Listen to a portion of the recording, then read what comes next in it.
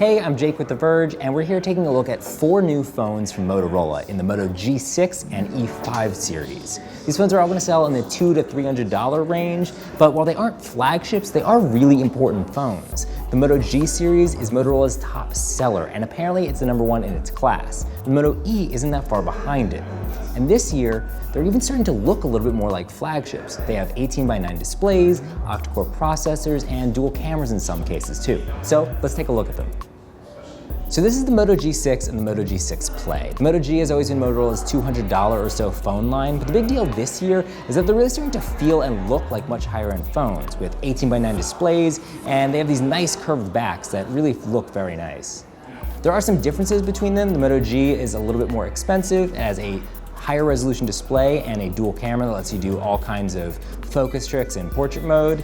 The Moto G6 Play is slightly lower end. It's going to be a little bit cheaper, but the big deal about this one is that it has a 4,000 milliamp hour battery, which Motorola says is probably going to last you well beyond a day.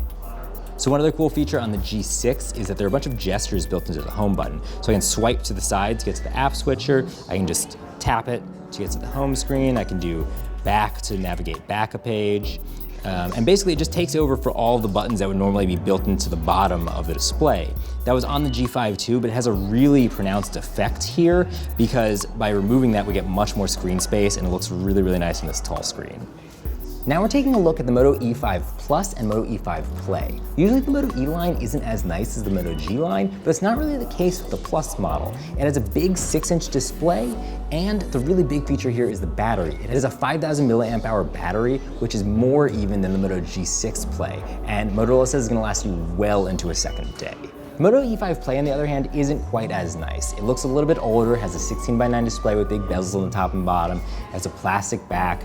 I actually think that both of these phones still feel really nice. They're a little bit thicker than the Moto G line. They don't feel quite as fancy and high end, but they still seem like much nicer phones than they actually are for the price.